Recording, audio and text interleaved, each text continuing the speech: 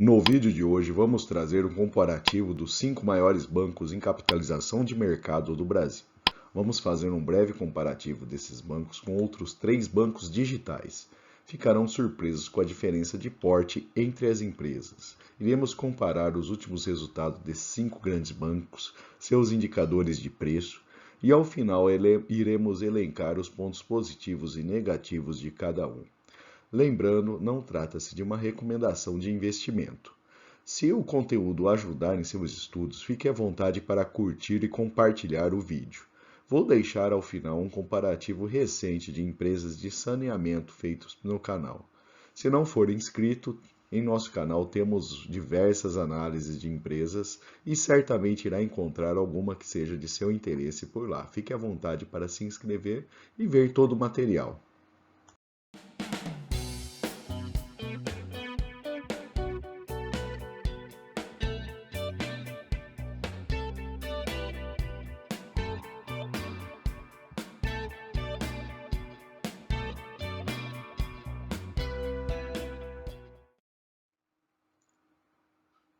E vamos começar trazendo um breve resumo do controle acionário das empresas. O Banco do Brasil tem uma característica um pouco diferente dos outros 4 bancos, possui somente ações ordinárias. O controle acionário do banco está com o governo federal e quase metade das ações estão em negociação na Bolsa. Trata-se, portanto, de uma empresa estatal, sendo o único com essa característica entre esses 5 bancos selecionados. O Itaú possui ações ordinárias e preferenciais. 91% das ações ordinárias estão em posse dos controladores do banco e quase a totalidade das ações preferenciais estão em circulação na bolsa. O Bradesco, outra instituição relevante do país, possui uma estrutura semelhante à do Itaú, sendo que os controladores possuem 71% das ações ordinárias e 2% das ações preferenciais. O restante das ações segue em negociação na bolsa. O Santander possui ações ordinárias, preferenciais e units. As units são a soma de uma ação ordinária com uma ação preferencial e são de longe o papel de maior liquidez diária na bolsa do Santander, né? Os controladores possuem aproximadamente 90% das ações ordinárias e 90% das ações preferenciais. E por fim, a última instituição que iremos analisar nesse vídeo será o BTG Pactual, com uma estrutura semelhante ao Santander, com units que representam, nesse caso, uma ação ordinária e 2 ações preferenciais, sendo também a unit a ação do BTG de maior liquidez diária. Os controladores do banco possuem 82% das ações ordinárias e 40% das preferenciais. Todas as análises de preço desse vídeo irão se basear nas ações ordinárias do Banco do Brasil, as preferenciais do Itaú e do Bradesco e as units do Santander e do BTG, escolhendo sempre os papéis de maior liquidez de cada banco. Vamos falar um pouco agora da estrutura de cada banco. Em números de agência, o Banco do Brasil tem o maior número, principalmente por ser um banco estatal e ter uma presença em grande número de locais no país.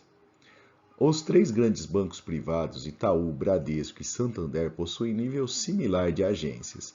Já o BTG, por ser um banco que foca em perfis mais específicos de clientes, tem somente 39 agências. O maior banco em número de clientes é o Itaú, seguido do Bradesco e Santander.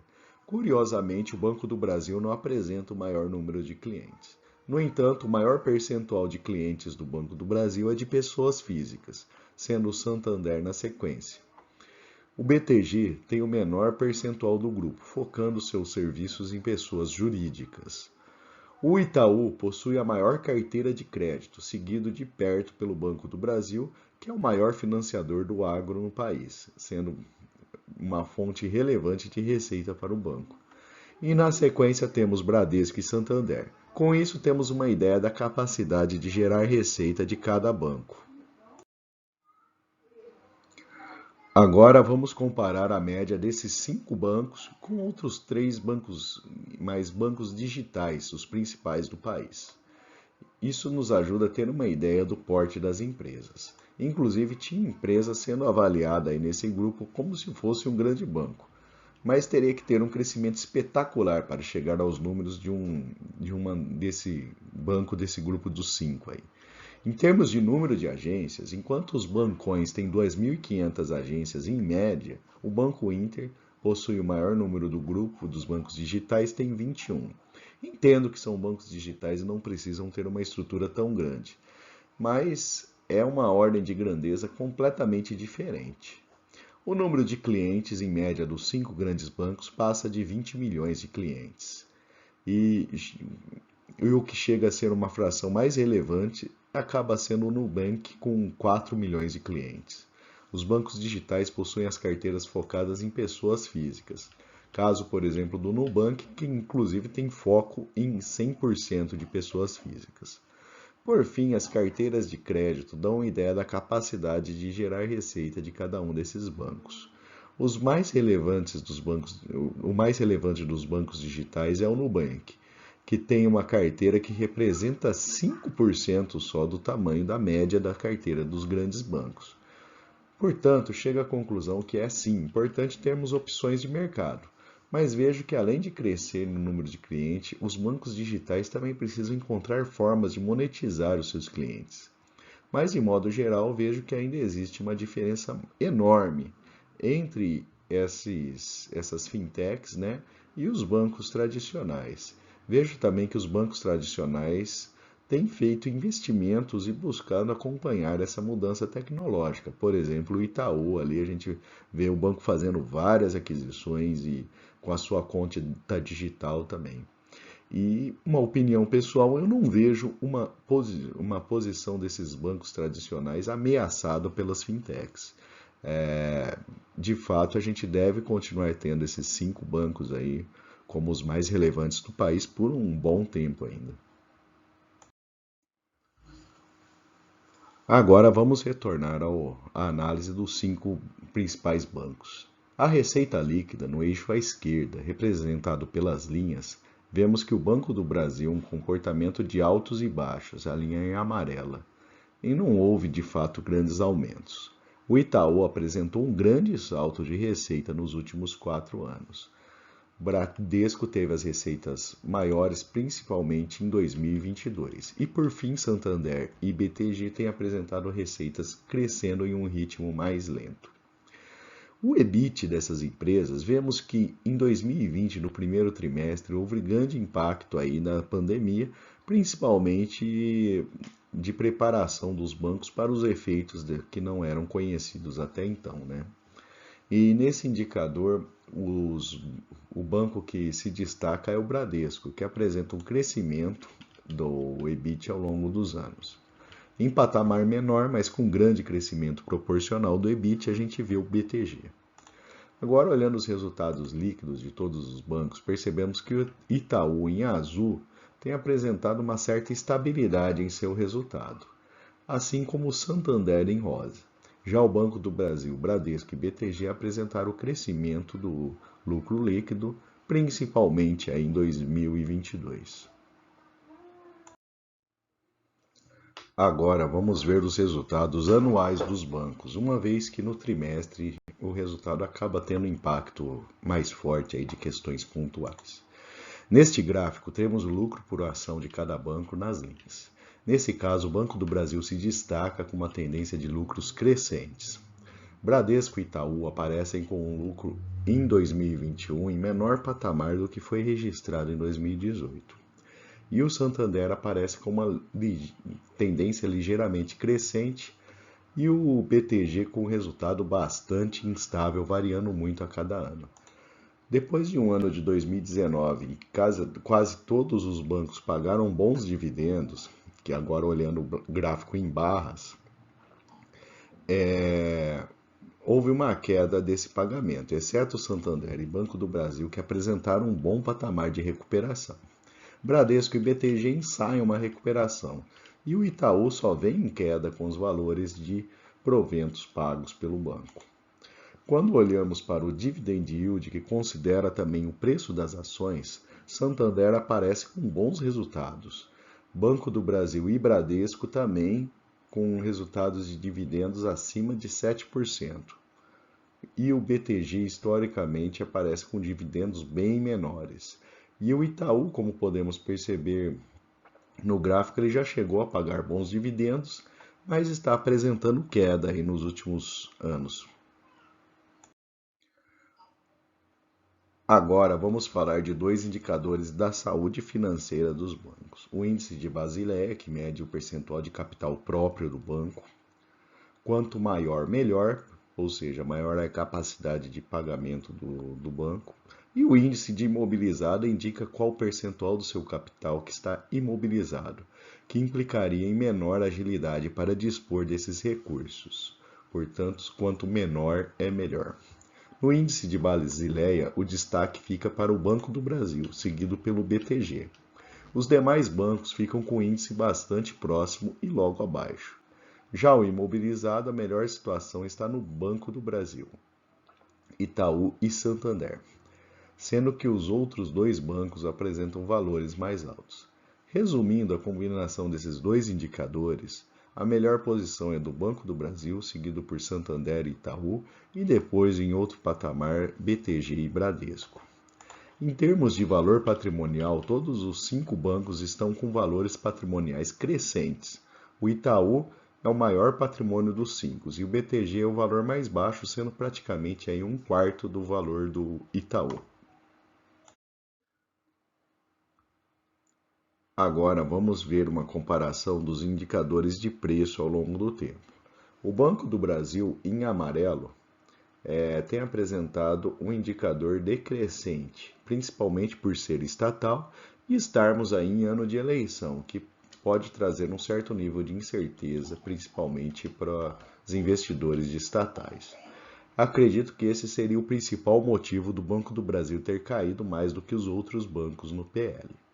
O único banco que apresenta o PL crescente foi o BTG. Os demais se encontram em patamares de valores bem próximos, como podemos ver no gráfico. Neste outro gráfico, vamos comparar os valores das ações com os valores intrínsecos calculados pela fórmula de Graham. A maior folga entre o valor intrínseco e a cotação está no Banco do Brasil, em amarelo, acredito que principalmente por ser estatal. O Santander, em rosa, aparece com o segundo maior desconto, aí, como podemos ver nesses gráficos. Nesta tabela, agora vamos comparar os principais indicadores entre as empresas. Começando pelo Dividend Yield, nesse indicador o Banco do Brasil se sobressai sobre os demais. Realmente ele está pagando dividendos muito bons pelo preço da ação atualmente. O segundo melhor é o Santander. Na relação PL, nos apresenta também um bom resultado no Banco do Brasil. O BTG está descolado nos demais e apresenta o maior valor desse indicador, sinalizando ser um momento menos interessante para investir nesse banco por essa ótica. A relação P por EBIT nos mostra que o BTG apresentou um EBIT significativamente acima dos demais, dada a proporção que a gente tem nesses indicadores. Isso fez ele ficar à frente do Banco do Brasil, que ficou em segundo lugar no indicador. A relação PSR, temos a relação entre o preço da ação e a receita líquida do banco. Nesse indicador, novamente, o Banco do Brasil apresenta o melhor resultado. Percebemos que Itaú, Bradesco e Santander apresentam indicadores de preço bastante próximos, de maneira geral. A relação P por VP, o Banco do Brasil também se destaca. Como vimos anteriormente, o índice de Basileia do Banco do Brasil apresenta o melhor resultado. Analisando agora o crescimento das receitas dos últimos 5 anos, vemos que o BTG tem o melhor resultado, seguido pelo Itaú. As margens do BTG são bastante superiores à dos outros bancos, então ele se destaca nessas duas características. E assim como o ROI, o retorno sobre o patrimônio líquido, e o ROA, que é o retorno sobre os ativos, o BTG apresenta esses indicadores bem maiores do que os demais. Neste gráfico, vemos em azul os valores das ações e as projeções dos analistas para daqui a 12 meses, valores médios, mínimos e máximos. Em todos os casos, temos projeções de valorização das ações, mesmo nas estimativas mínimas dos analistas. Portanto, o setor como um todo tem uma boa expectativa por essa ótica dos analistas. E, finalmente, como resultado de toda essa comparação, vou trazer os principais pontos positivos e negativos de cada um desses bancos e vou emitir ao final aqui a minha opinião sobre qual banco eu estou considerando mais interessante nesse momento para fazer o investimento. Lembrando que é apenas uma opinião, não é uma recomendação de compra de ações, vale cada um aí fazer o seu estudo, analisar outras opiniões ali, outros indicadores, para poder fazer um investimento com maior tranquilidade. Os pontos positivos, principalmente no Banco do Brasil, a gente tem os melhores indicadores de preço disparado. O Itaú tá com é o maior banco de maior porte em número de clientes. O Bradesco tem lucros e receitas crescentes, principalmente nos últimos 2 anos. O Santander tem dividend yield que cresceu bastante nos últimos anos. E o BTG, ele tem os melhores indicadores de margens de todo esse grupo. No lado negativo, o Banco do Brasil, ele é uma estatal, tem menor eficiência, até comprovado em números, inclusive, né? A maior número de agências por número de clientes, né? O Itaú, ele tem dividendos em queda nos últimos anos.